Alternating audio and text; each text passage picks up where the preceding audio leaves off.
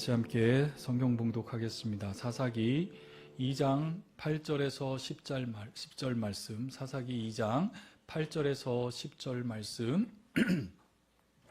우리 성경이 짧기 때문에 우리 같이 한번 천천히 의미를 생각하면서 읽도록 하겠습니다. 여호와의 종 눈이 아들 여호수아가 110세의 죽음에 무리가 그의 기업의 경내 에브라임 산지 가하스산 북쪽 딥낫 헤레스에 장사하였고 그 세대 사람들도 다 그 조상들에게로 돌아갔고 그 후에 일어난 다른 세대는 여호와를 알지 못하며 여호와께서 이스라엘을 위하여 행하신 일도 알지 못하였더라. 아멘. 도르아헤르, 도르아하르, 드로가 아니라 도르입니다. 다른 세대, 다음 세대라고 하는 제목을 가지고 오늘 하나님의 말씀을 나누고자 합니다. 우리 같이 함께 읽은 하나님의 말씀 성경 본문을 보면 굉장히 어색한 단어가 하나 있습니다. 집사님 한번 10절을 띄워줘 주실래요? 그러면 우리가 세대, 어느 세대, 누구 세대 그렇게 이야기를 하면 그 세대를 꾸미는 수식어, 형용사가 항상 어떤 형용사가 돼요? 우리 다음 세대, 그렇게 해야 되잖아요. 그렇죠? 그러니까 그 후에 일어난 다음 세대는 그렇게 이야기를 해야 되는데, 특별히 성경에서는 굉장히 다른 이라고 하는 어색한 단어를 그 안에 끼워 놓고 그것을 굉장히 강조하고 있는 모습을 우리는 발견하게 됩니다.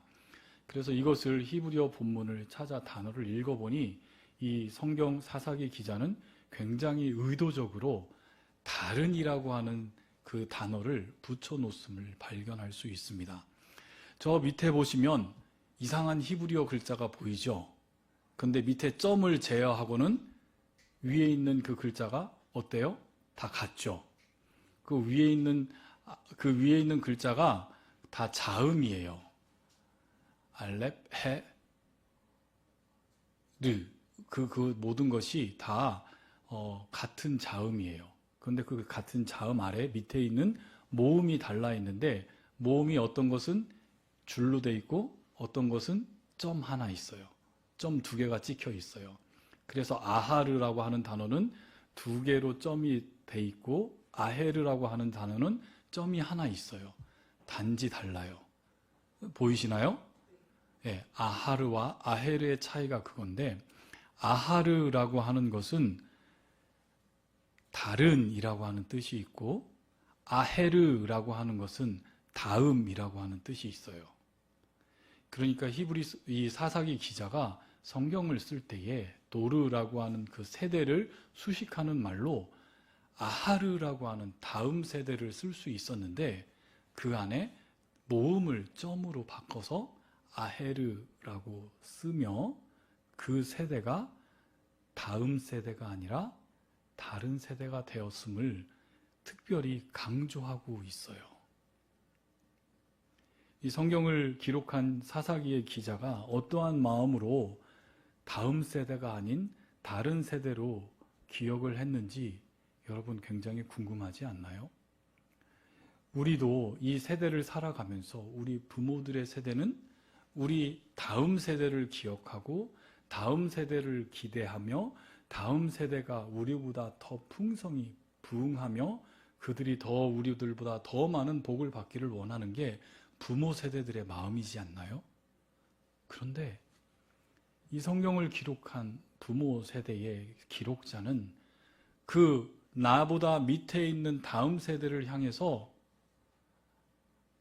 다음 세대가 아닌 다른 세대, 도르아헤르, 도르아하르라고 표현을 하는 것을 꼬아서 도르아헤르라고 설명을 하고 있습니다. 어떤 세대였을까요? 어떤 세대였기 때문에 그들을 다른 세대라고 통칭을 했을까요? 대한민국도 참 많은 세대들이 있잖아요. 지금 우리 가장 젊은 세대를 무슨 세대로 하죠? MZ세대 그러잖아요. 우리 MZ세대 여기 많네 오늘은. MZ세대라고 하고요. 저는 무슨 세대라고 불렸는지 아세요? 저는 X세대였습니다. 함지사님 그렇죠? 우리는 X세대? 그리고 우리 어르신들은 무슨 세대라고 했는지 아세요? 베이비붐 세대. 그렇게 불렀습니다. 왜냐하면 전쟁 이후에 아기들이 정말로 많이 태어나서 아기들이 너무너무 태어난 인구 증가하는 세대, 그렇게 해서 대한민국도 세대를 그렇게 나누고 있어요.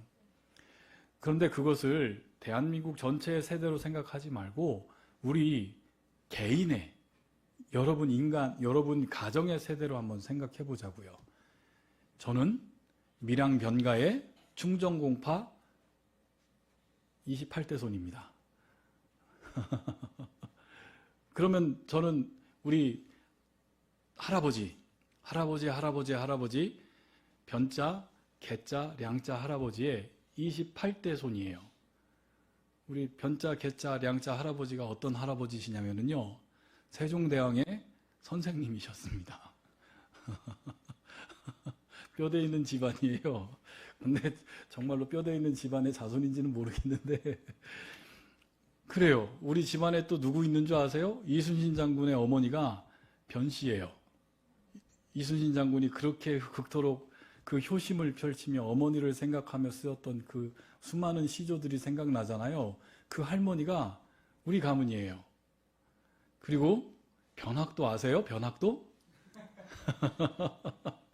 그 춘향전에서 이상하게 해서 그렇지만 우리 족보에 보면 변학도라고 하시는 분이 정말로 남원부사로 계셨어요. 뭐 이렇게 우리가 이렇게 집안 이야기를 이렇게 하잖아요. 성경도 마찬가지로 그 세대들을 기록하고 있다고요. 그래서 성경의 수많은 족보들이 아담수부터 시작해서 예수님까지 오는 그 족보를 수심없이 끊임없이 기록하고 있는 그 족보를 우리는 발견하고 있어요. 그런데 이 세대가 어떤 세대가 되었는지 성경은 다른 세대라고 특별히 콕 집어서 기록하고 있어요. 어떤 세대인지 한번 살펴볼까요? 집사님 그 지도 사진 한번 보여주면 좋을 것 같아요. 이스라엘이 가나안을 정복한 후에 그 들어간 그 세대를 이렇게 가만히 한번 생각해 보자고요. 그들이 출애굽하면서 이스라엘이 드디어 첫 번째 민족이 되고 나라가 돼서 첫 번째 40년 동안 어디에서 살았죠? 광야에서 살았잖아요. 지금 맞아요. 우리 성경 읽기 열심히 하시는 분들은 지금 우리 다 광야에 살고 있어요. 새벽마다 아주 광야에서 힘들어 죽겠어요. 그렇지 않나요? 광야에서 40년 동안 60만 명이나 되는 기록된 인물로 60만 명이나 되는 사람들이 1세대 사람들이 모세와 함께 광야에서 살았어요. 그 자들을 1세대라고 한번 생각해 보자고요. 왜냐하면 하나님께서 그들에게 첫 번째 나라로 만드신 그 세대가 1세대였으니까요. 그런데 그 1세대가 어떻게 됐어요? 광야에서 다 죽었죠. 다 죽고 난 후에 여호수아와 함께 가나안 땅을 정복하며 저 지도에 있는 것처럼 12지파가 땅을 다 차지하게 돼요. 그래서 그 세대 사람들이 바로 여호수아와 정복 세대 사람들이라고 할 수 있어요. 그래서 드디어 가나안 땅을 정복하고 그곳에서 하나님의 나라를 완성했어요. 그리고 난 후에 여호수아와 같이 함께 있었던, 그러니까 여호수아와 정복 세대를 같이 살았던 그 다음 세대들, 그러니까 여호수아와 같이 가나안 땅을 정복하며 살았던 것을 보았던 자녀들이 있었던 그 세대를 3세대라고 할 수 있는데, 그 세대 사람들까지는 그냥 그 세대, 다음 세대라고 성경은 기록하고 있어요. 그런데 오늘 같이 함께 읽은 그 7절 말씀에 있는 그 다른 세대가, 10절에 있는 다른 세대가 어떤 세대였냐면 여호수아 사람들이 다 죽고 난 후에 일어난 세대들, 그러니까 출애굽하면서 몇 세대가 되어서 다른 세대가 되었다는 걸 성경을 기록하고 있어요. 네 번째 세대. 네 번째 세대가 됐으니 그들이 가나안과 섞여서 하나님도 알지도 못하고 하나님께서 크신 일을 행하신 것도 알지도 못하는 그런 세대가 되었다라고 이야기를 하며, 그들이 아하르 세대야 함에도 불구하고 아헤르 세대가 되어버렸구나. 그들이 다른 세대가 되어버렸구나 하며 한탄해하시는 하나님의 마음을 우리는 읽어야만 하는 거예요. 그 다른 세대의 특징이 무엇이었을까요, 여러분? 그것은 10절 말씀을 통해서 확인할 수 있어요. 그 세대 사람들도 다 조상들에게로 돌아갔고 그 후에 일어난 다른 세대는 어떻게 됐대요? 같이 한번 읽겠습니다. 여호와를 알지 못하며 여호와께서 이스라엘을 위하여 행하신 일도 알지 못하였더라. 이렇게 고발하고 있어요. 여호와를 알지 못한다고 해요. 그런데 여러분, 정말로 그 다른 세대 노르 아헤르가 여호와를 몰랐을까요? 여호와를 알았죠. 사사기서를 읽어보면 끊임없이 다른 세대로 지칭받는 그들도 여호와를 알았어요. 근데 뭐가 문제예요? 온전히 알지 못한 거예요. 완전히 알지 못했다는 거예요. 이 지점이 저와 여러분에 주는 어려움이 있어요. 그럼 우리들의 생활은요? 우리들의 신앙생활은요? 여러분 정말로 여호와 하나님을 아세요? 제발 고개 좀 끄덕여 주세요. 고개 좀 끄덕여 주세요. 무섭게 하지 말고요.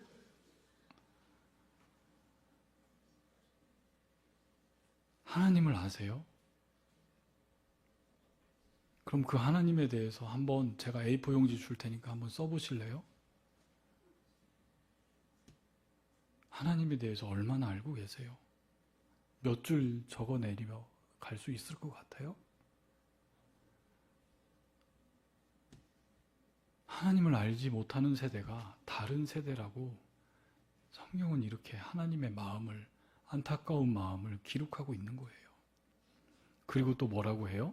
여호와께서 이스라엘을 위하여 행하신 일도 알지 못한다. 다른 세대로 불리웠던 세대의 부모 세대들, 그리고 조부모 세대들에게는 어떠한 일이 있었을까요?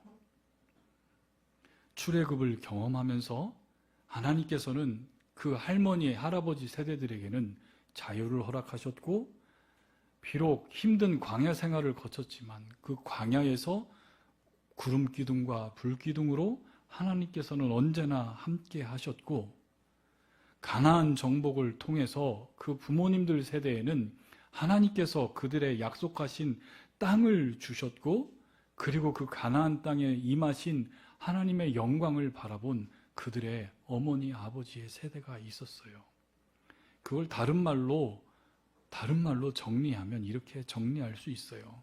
그것은 단순히 이스라엘 백성들의 세대들, 온 이스라엘 백성들의 필요를 채워주시는 하나님이 아니라 하나님의 백성들에게 하나님이 하나님 되심을 나타내신 것이에요. 백성들이 땅이 필요하고 백성들이 광야 생활을 벗어나 그곳에서 잘 먹고 부유하게 하고 번성하게 하는 그들의 소원을 풀어주시는 것이 아니라 그 가나안이라고 하는 이방 바알 신상들을 섬기는 그들에게 하나님 나라의 백성의 사람들로 살아갈 수 있도록 하며 그곳에서 거룩한 백성으로 하나님께서 하나님 되심을 보여주시면서 나타나는 것이 바로 그들을 위해서 하나님께서 하신 일이라는 것이에요. 거짓된 풍요의 애굽의 신들을 이겨내고 열재앙을 통해서 보여주신 기적은 사실 주님께서 위대하심을 보여주신 것이라는 것도 있지만, 애굽 사람들이 섬겼던 신들을 통해서 애굽을 괴롭히고 그 신들보다 당신이 진정한 하나님이심을, 온 신들 중에 참된 신인 하나님이심을 노예로 살아왔던 이스라엘 백성들에게 선포하는 자리였음을 우리는 알아왔잖아요. 그리고 그들이 노예로서 참 신으로 섬겼던 바로 왕으로부터 참 하나님께서 그들의 자리에서 너희들이 진정으로 섬겨야 될 신은 누구? 나 여호와니라. 그것을 보여주신 일이라고요. 가나안 정복 시대에서는 어떤 일이 있었어요? 가나안 정복하기 전에 광야에 있었던 이스라엘 백성들의 상태는 어떤 상태였어요? 그냥 노숙인들이었어요. 한 번도 씻지 못하고 광야에서 그냥 어슬렁어슬렁 걸어다니는 노숙인이었다고요. 말씀에서 하나님께서 같이 함께하고 만나와 메추라기로 먹이시고 불기둥 구름기둥으로 그들을 인도하시는 그 신앙의 눈으로 봤을 때는 그들이 영광스러운 것으로 보이지만 그거 다 빼고 객관적으로 한번 보자고요. 정치 제도도 없었고요. 군사 조직도 없었고요. 사회 조직도 없었고요. 아무것도 없는 그냥 아무것도 아닌 자들이었어요. 그냥 노숙자들의 집단이었다고요. 근데 그 자들이 가나안 땅을 들어가 버렸어요. 자신들의 문화보다 2세대, 3세대가 앞선 철기 문명을 가지고 군대가 조직되어 있고 왕이 있고 그들을 지켜낼 수 있는 정치 집단이 있는 그 훌륭한 문명 속으로 아무것도 없는 이자들이 들어가서 그 땅을 차지하게 되었어요. 그 땅에서 무엇을 보았겠어요? 풍요를 바라보았겠죠. 광야에서는 하루 조금씩 주는 그 만나, 메추라기 그것만 의지하면서 살았는데 먹어도 넘치는 고기들과 곡식들과 수많은 먹어보지도 못했던 과일들이 그들 앞에 있는 거예요.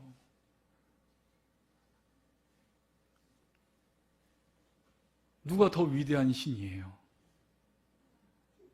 거지의 신이었던 여호와가 참 신이겠어요? 풍요로움을 주는 가나안인들이 섬겼던 바알이라고 하는 풍요의 신이 그들에게는 참된 하나님으로 들어왔겠어요? 근데 하나님께서는 하나님 백성들에게 누가 참 하나님임을 보여주는 사건이 바로 가나안 정복 사건이었어요. 그들의 가나안의 7족속이 죄악이 너무너무 만연하여서 하나님께서 그 죄악을 감당하지 못하시고 심판의 도구로 이스라엘 백성을 사용하신 결과로 그들이 가나안을 정복하며 살아가게 되었어요. 그래서 그들이 바라본 것은 우리가 무기도 없고 군대 조직도 없고 왕도 없고 아무것도 할 수 없는 자들이 우리가 어떻게 저 풍요로운 가나안 땅을 정복할 수 있었을까 생각해보면 그들에게는 무엇이 남아있겠어요? 우리가 섬기는 하나님이 진짜 하나님이시구나. 진짜 하나님이시구나. 하나님이 하나님 되심이 증명되는 세대들이 바로 도르 아하르, 다음 세대가 돼서 하나님을 섬기는 세대가 되었는데 뜻밖에도 4번째 세대째가 되자 그 세대들이 도르 아헤르가 되어버린 거예요. 다른 세대가 되어버린 거예요. 이 사실은 이 시대를 살고 있는 우리 젊은 세대, 우리 자녀들 세대를 바라보는 부모된 저와 여러분에게는 매우 큰 두려움으로 다가섭니다. 여러분은 개인적인 가정사에서 몇 번째 세대로 믿음을 살고 있나요? 저는 우리 할머니, 할아버지로부터 아버지, 저 3세대고 저의 자녀들이 이제 4세대를 살고 있어요. 문체적으로 생각하면 너무 두렵지 않나요? 우리 아이들이 믿음에서 벗어나서 자기 마음대로 살까봐 고통하며 두려워하며 기도하게 되지 않나요? 점점 더 젊은이들이 교회를 떠나는 시대를 우리는 살아가고 있잖아요. 우리 가정에서 증명을 하고 있잖아요. 불과 제가 청년이었던, 제가 대학생이었던 20, 30년 전에는 교회 다니는 게 자랑이었어요. 교회 다니지 않는 믿지 않는 친구들을 향해서 대학에서 아주 용감하게 멋지게 그따위 술 안 먹고도 나는 잘 살 수 있다. 나는 예수 믿는 사람이다. 라고 이야기하고 그것이 자랑이 됐고 그것이 믿지 않는 친구들에게는 마치 모범처럼 보이는 시대가 있었어요. 근데 지금 우리 아이들 다니고 있는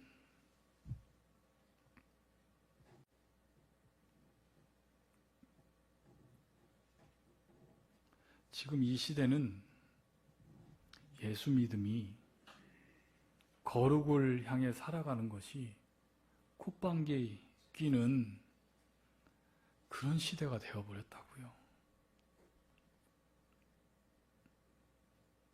근데 더 가슴 아픈 것은 우리 자녀들이 교회 안에서 신앙생활하며 부모로부터 신앙교육을 전수받고 교회를 떠나지 말고 교회 안으로 더 지켜야 될 우리 자녀들이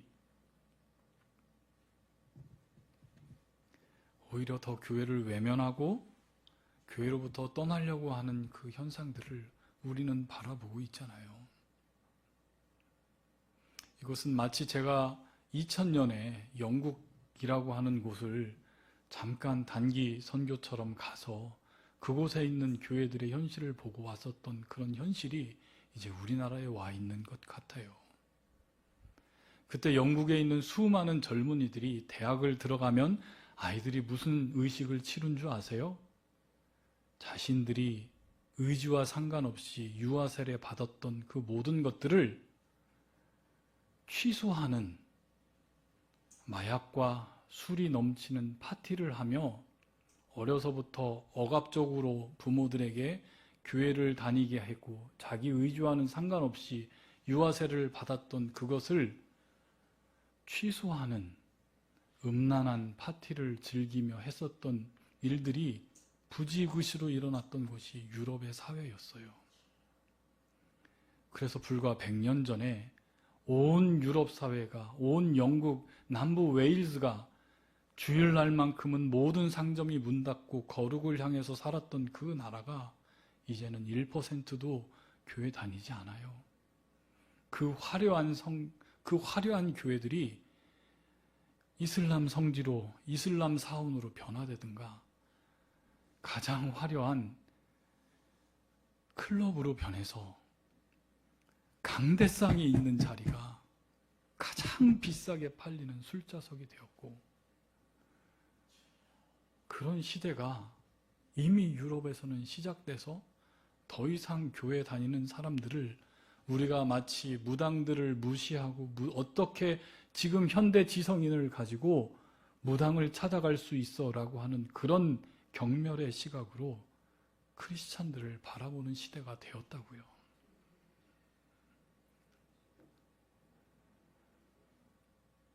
우리 역시 이런 사사기의 시대를 살아가고 있는 것 같지 않나요, 여러분? 사사기의 시대가 여러분 어떤 시대인 줄 아세요? 성경에 나타난 가장 암흑의 시기였고 그 시기를 한마디로 표현하면 왕이 없었으니 자기 소견대로 행하였더라 라고 하는 그런 시대를 살아가는 자들이었어요. 정말 그들에게 왕이 없었을까요? 아니에요. 왕이 계셨다고요. 그런데 더 이상 그 왕을 자신들의 왕으로 모시고 싶지 않았다는 것을 말하고 있는 거예요. 왜요? 그들이 믿는 하나님은 그 주변의 가나안인들이 믿는 바알보다 못하기 때문이에요. 무슨 말이라면 바알신은 가나안인들에게 풍요를 주고 탐욕을 주고 쾌락을 주지만 그들 부모 세대가 믿는 하나님은 왠지 불편한 하나님이고 그들이 몰아내지 못한 가나안인들이 믿는 가나안신은 풍요와 쾌락을 주는 즐거움을 주는 신인데요. 그래서 어쩔 수 없이 부모들에게 받은 경험은 있어서 하나님을 섬기지만 그러면서 누구를 섬겨요? 바알을 섬기죠. 하나님을 버린 게 아니에요. 하나님을 섬겨요. 근데 또 누굴 섬겨요? 바알을 섬겨요. 무슨 얘기예요? 하나님을 섬긴다고 우리 교회에 와 있어요. 하나님의 가치관으로, 하나님 나라의 가치관으로 우리는 살아간다고 결심하며 그 사명대로 살아가고 있지만 여전히 우리는 어떠한 삶을 버리지 못하고 살아요? 세상의 가치관으로, 물질주의로, 돈이 더 좋은 곳으로, 나만 좋으면 되는 곳으로. 그래서 하나님을 섬기고 바알도 섬기며 그런 자들이 되니 하나님이 계신데 그 왕이 없는 것처럼 생활하는 자들이 되어버렸어요. 그래서 이스라엘의 왕이 없으니 뭐예요? 자기 소견대로 나만 좋으면 돼요. 나만 따르면 되고 내 마음만 행복하면 되고 나만 좋으면 돼요. 그런 세상이 되어버린 게 바로 사사기 시대가 되어버렸다는 것이에요. 이 사사기의 마지막은 여러분 어떻게 결론되어 있는지 아시죠? 차마 입에도 담기 힘들 정도로 악행이 벌어지고 있는데 그 악행이 일상이 되어버린 시대가 되어버렸어요. 그게 도르 아헬이에요. 다른 세대가 되어버렸어요. 사사기 마지막에 보면 한 레위인이 나와요. 레위인 누군지 이제 알죠? 땅을 분배받지는 못했지만 성막에서 일하며 제사 관련된 일에 종사하여서 이스라엘 백성들 가운데 종교적인 지도자 역할을 하는 사람들이에요. 제사장의 숫자는 한정이 되어 있기 때문에 레위인들은 각 지파에마다 가서 하나님의 일을 감당하는 자들이에요. 지금으로 말하면 누구예요? 목사나 장로님들, 우리 교회의 지도자들이에요. 근데 그 사람이 첩이 있었대요. 여러분, 제가 제 아내 말고 첩을 거저시 데리고 교회에 오면 어떻겠어요? 우리 정장로님이 첩을 데리고 옆에 앉아 있다고 생각해 보세요. 근데 이 사사기 시대의 하나님 나라의 백성들은 그것이 아무것도 거리낌 없는 나라가 되었다는 거예요. 그런데 이 첩님이 바람이 나서 다른 사람하고 간음을 했어요.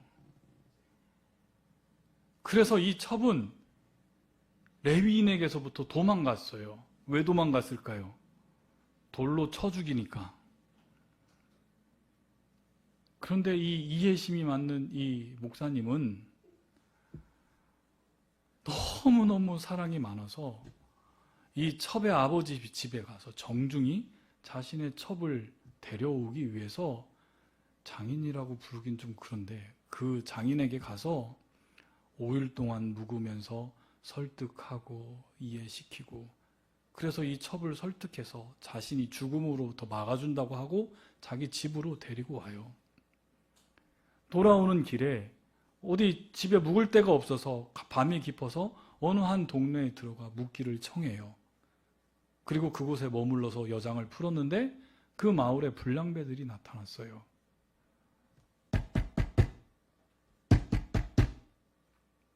그리고 뭘 요구해요? 저 첩을 요구했을까요? 아니에요. 이 레위인을 요구해요. 뭐 하려고? 동성애를 하려고. 성경에 기록되어 있는 얘기예요. 그러자 그 집주인이 어떻게 한 줄 아세요? 그거는 안 된다, 그거는 안 된다. 그거는 안 되니 자신의 딸이 있으니 딸들을 데려가서 너희들 욕구를 채우라고 줘요. 말이 돼요, 여러분? 그런데 그것을 본 이 레위인이 그건 또 안 될 것 같으니까 자기는 살아야겠고 어떻게 했을까요? 자기 첩을 불량배들한테 주었어요. 그러자 이 불량배들이 이 첩을 밤새도록 새벽 끝까지 윤간을 했어요. 그리고 그 새벽 동틀 무렵 이 첩을 집으로 보내는데 이 첩이 집에 들어오자마자 죽었어요. 얼마나 괴롭히고 얼마나 고통스럽게 했으면. 그러자 이 레위인이 어떻게 한 줄 아세요? 이 첩의 시신을 12조각을 내버렸어요. 그리고 그 12조각을 이스라엘 온 지파 우두머리들에게 이런 일이 있었다고, 지금 이 베냐민 지파 기브아 땅에 나한테 이런 일이 있었다고 온 지파에게 보내버렸어요. 어떻게 됐을까요? 온 지파 사람들이 일어나 이들을 죽이겠다고 나왔어요. 왜 나왔을까요? 그들의 악함이 폭로됐기 때문이에요. 그들은 그렇게 안 살았을까요? 자신들의 악함을 덮어버리기 위해서 똑같은 짓을 한 그들을 완전히 몰살해버리겠다고 그 마을, 그 지파를 초토화시켜버렸어요. 자신들의 악행을 그들의 악행으로 덮으려고 했었던 것이죠. 그래서 그 기브아 마을 베냐민 지파가 완전히 몰살당해서 완전히 지파가 사라질 위기에 처해버렸어요. 그러자 사람들이 정신 차리고 여기서 더 이상 사륙을 멈추자 하며 베냐민 지파를 겨우 멈추게 세웠어요. 그 뒤로 베냐민 지파는 가장 약한 지파가 되었어요. 근데 거기서 또 무슨 일이 생긴 줄 아세요? 이스라엘 사람들이 모여서 회의를 해요. 저 지파가 소멸당하지 않게 이웃 동네들에게 저 베냐민 지파 기브아 남자들에게는 정정당당하게 인신매매를 해서 자기들 맘대로 아내를 삼아도 된다는 결정을 내려요.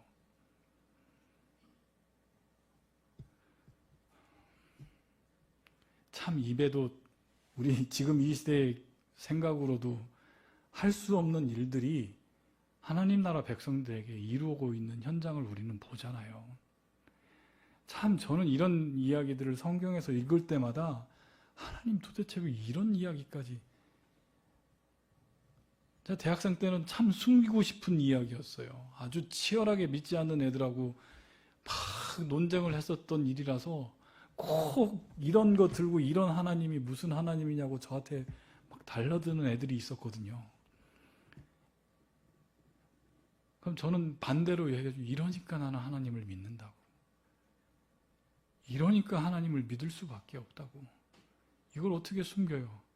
그런데 이것은 무엇을 보여주는 거예요? 인간의 탐욕, 인간의 본질을 끝까지 폭로하시는 거잖아요. 하나님 없이 살아가는 그 삶이 어떤 삶인지.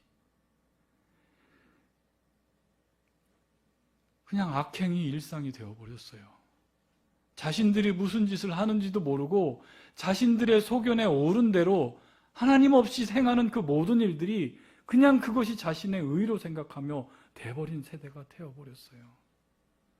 죄가 더 이상 죄가 되지 않는 세상. 다른 말로 그들에게는 하나님께서 더 이상 하나님의 되심이 아무런 능력이 되지 않는 세상이 되어버렸다는 것이에요. 그래서 사사기의 마지막은 그때에 이스라엘의 왕이 없었으므로 사람이 각기 자기 소견에 옳은 대로 행하였더라고 해요.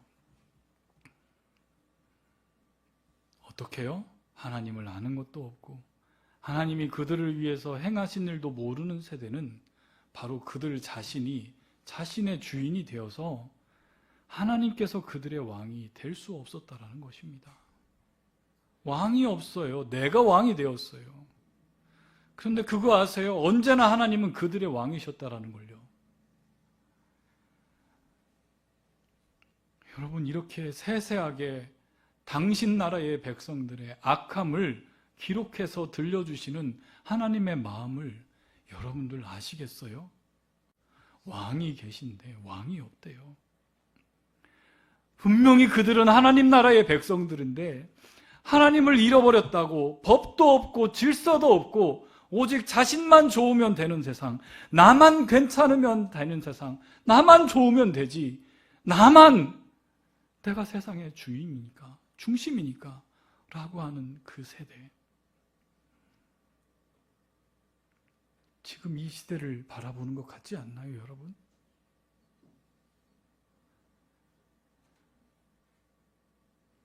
다른 세대가 일어났다고 폭로하는 그 하나님의 마음은 그 다른 세대가 잘못했다고 그들을 꾸짖는 것일까요? 아니면 누구의 잘못을 꾸짖는 있을까요? 우리 오전에 말씀 들었잖아요. 하나님 나라의 백성들의 신앙의 전수는 누구의 책임이었어요? 다음 세대가 다음 세대 되지 못하고 다른 세대가 된 것은 누구의 문제였어요?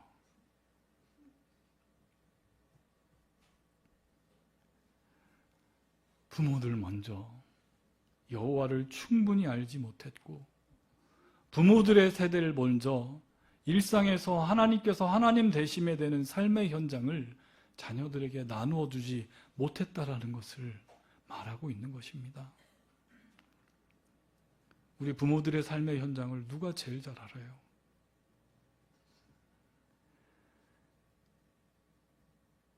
우리는 과연 우리의 매일의 삶 속에서, 우리의 일상생활 속에서 하나님의 하나님 되심을 경험하며 살아가고 있나요? 정말로 하나님께서 나의 왕이 되셔서 나의 왕으로 모시고 살아가고 있는지, 아니면 하나님도 바라보고 세상도 바라보고 하나님의 복도 받고 세상에서도 잘 되어야 하는 도루 아헤르의 삶을 살고 있는지, 여러분 같이 한번 고민해보고 고통해봐야만 하는 거예요. 그래서 여호수아는 그들과 같이 함께 있는 세대를 향해서 마지막 이런 유언을 하면서 마지막 자신과 자신의 가족만큼은 하나님을 섬기겠노라고 그 유언의 말씀을 남겼어요. 이 여호수아 24장 14절에서 15절 말씀 한번 같이 읽겠습니다. 여호수아의 유언의 말씀입니다.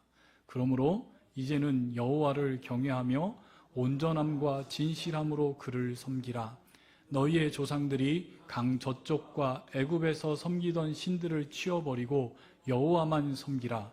만일 여호와를 섬기는 것이 너희에게 좋지 않게 보이거든 너희 조상들이 강 저쪽에서 섬기던 신들이든지 또는 너희가 거주하던 땅에 있는 아모리 족속의 신들이든지 너희가 섬길 자를 택하라. 오직 나와 내 집은 여호와를 섬기겠노라. 한번 보세요. 여호수아의 유언이에요. 이제 정복을 다 마친 후에 이제 죽음을 바라보던 여호수아의 유언이에요. 가나안의 이스라엘의 장군으로 이 가나안 족속을 하나씩 이겨내며 가나안 땅을 점령하고 12지파들에게 땅을 나누어 주고 승리를 경험했던 여호수아 장군이 뭐라고 하고 있어요? 그 당시에도 이스라엘 백성들이 하나님만 섬겼나요? 아니잖아요. 하나님을 섬기고 있는 그 과정 속에서도 여기서부터 그들은 조짐을 보이기 시작했어요. 도대체 왜 그랬을까요? 왜 그랬을까요? 당연하죠.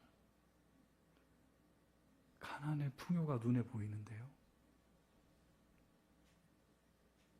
하나님 없이도 자기들은 하나님과 살아가며 광야에서 거지처럼 살았는데 하나님 없이 살아가는 이들이 어떻게 살았어요? 풍요롭게. 모든 것 다 갖추고. 여리고성을 처음 진격했을 때에 모든 여리고서에 나온 그 모든 것들은 하나님의 것이라고 선언했음에도 불구하고 아간이 어떻게 했어요? 외투도 숨기고 돈도 숨기고. 왜요? 너무 좋으니까. 누가 그것을 비난할 수 있겠어요? 듣도 보지도 못했던 안락함이 그들을 유혹하였고 정말로 그들이 정복하는 곳마다 먹을 것이 충만하였고 먹어보지도 못했던 진귀한 맛있는 것들이 충만하고 보지도 못했던 정말로 선진 문화들. 옛날에 우리 아이들에게 설교할 때는 이렇게 설교했는데 조그만한 이 핸드폰 다니다가 갑자기 스마트폰을 쓰는 사람들을 보면 어떻겠어요?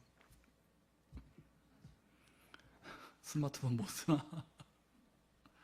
그런 것이 됐다고요. 정말로 철기 문화가 시작된 40년 동안 거지처럼 살았던 그들이 최첨단의 문화를 바라보며 무슨 생각을 하고 그들에게 들어갔을 거냐고요. 그 하나님이 위대해 보였을까요? 그저 세상이 주는 가치관이, 세상이 주는 풍요로움이 나에게만 좋음을 주는 그 가치관들이 그들로 향하금 얼마나 끊임없이 유혹하면서 있었을까요? 근데 그들에게 하나님의 말씀이 들려와요. 너는 오직 나와 나만 섬기라고. 너는 오직 나 외에 다른 신을 섬기지 말라고 하는 그런 추상과도 같은 말씀이 들리는데 얼마나 싫었겠어요.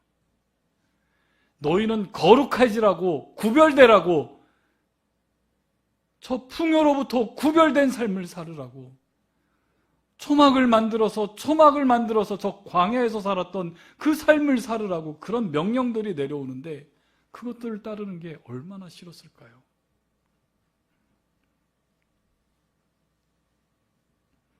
한번 요즘 우리 아이들에게 꿈을 물어보세요. 우리 막둥이도 그래요. 너 나중에 커서 뭐 될래? 유튜버 되면 최고겠지.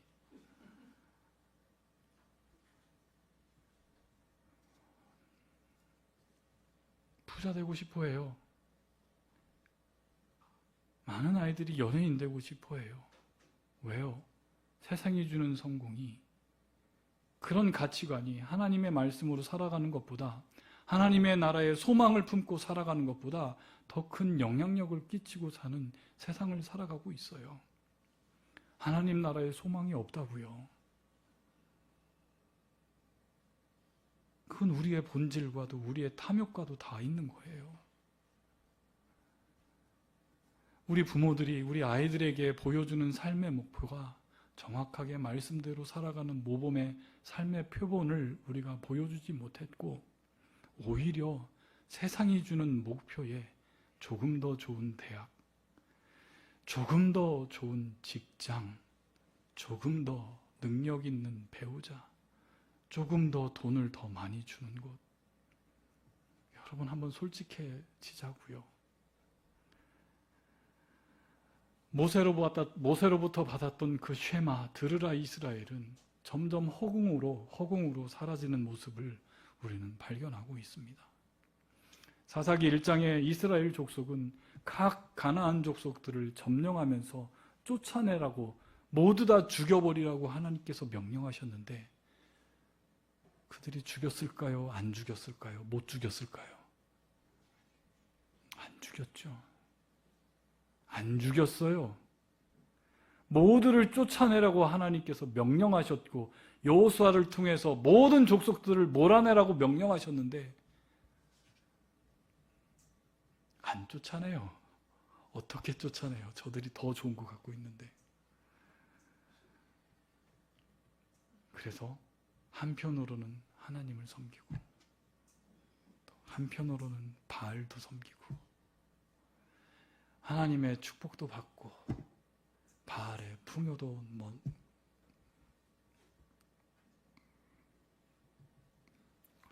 이런 말씀의 배경이 되는 것이 사사기 2장 6절에서 9절 말씀입니다. 한번 같이 읽고 한번 확인해 보겠습니다.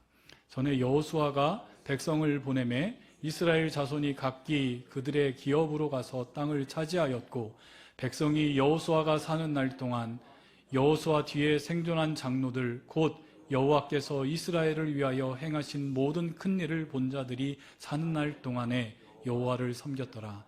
여호와의 종 눈의 아들 여호수아가 110세에 죽음에 무리가 그의 기업 경내 에브라임 산지 가하스 산 북쪽 딥낫 헤레스에서 장사하였고, 이제 2세대인 사람들도 다 하나님의 말씀에 있었지만 이제 그 자들도 죽었고, 그 다음 세대 10절도 보면, 집사님 10점들 띄워주세요.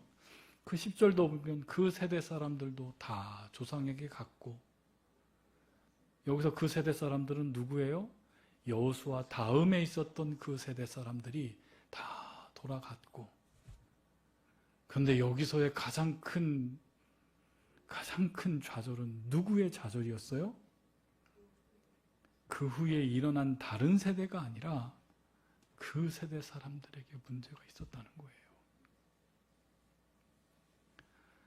그 세대들의 부모들의 세대는 하나님과 같이 함께 있는 삶을 보여줬지만 그들이 죽은 후, 여호수아가 죽은 후 점점 느슨해지더니 그들이 다 돌아간 후에는 다른 세대가 나와버렸다라는 것, 여러분 기억하셨으면 좋겠습니다. 모세의 출애굽 세대로부터 4세대가 연결되지 못하고 끔찍한 일이 하나님 나라에 벌어졌습니다. 그래서 결국 우리가 중간에서 살펴보았던 그런 악행들이 일상이 되어버렸음에도 불구하고 그것이 죄악인지도 모르고 뻔뻔하게 사는 세대들로 그들은 끊임없이 감을 우리는 발견하게 됩니다. 사랑하는 성도 여러분, 이 말씀은 우리 교회에도 우리 각자의 가정에도 큰 메시지를 줍니다. 우리의 다음 세대들이 다른 세대가 되지 않기를 우리 기도합시다. 이 기도는 우리 자녀들만을 위한 기도가 아니라 먼저 부모된 우리를 위해서 기도해야 합니다. 내가 믿고 사랑하는 그 하나님은 과연 어떤 하나님입니까? 온전한 하나님, 한 분이신 하나님, 오직 그 하나님을 정말로 바로 알고 믿고 있습니까? 알아야지 사랑하죠. 알지도 못한데 말로만 사랑한다면 그것이 정말로 사랑입니까? 그리고 그 하나님이 하나님 되심이 나의 일상 속 안에서, 내 가정에서, 내 직장에서 정말로 공유되어지고 보여지고 내 아이들에게 공유되고 있습니까? 우리는 그것을 위해서 기도했으면 좋겠습니다. 하나님, 더 하나님을 알기를 소원합니다.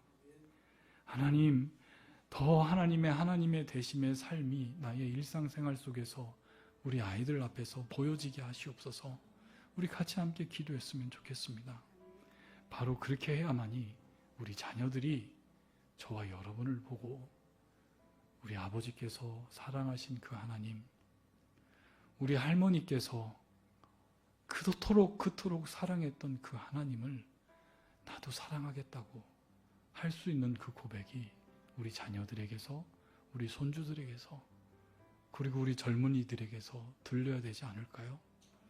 우리 같이 함께 말씀을 생각하면서 우리 같이 한번 기도했으면 좋겠습니다. 사랑하는 성도 여러분, 이번 5월 한 달은 계속해서 가정을 주제로 말씀을 나누고자 합니다.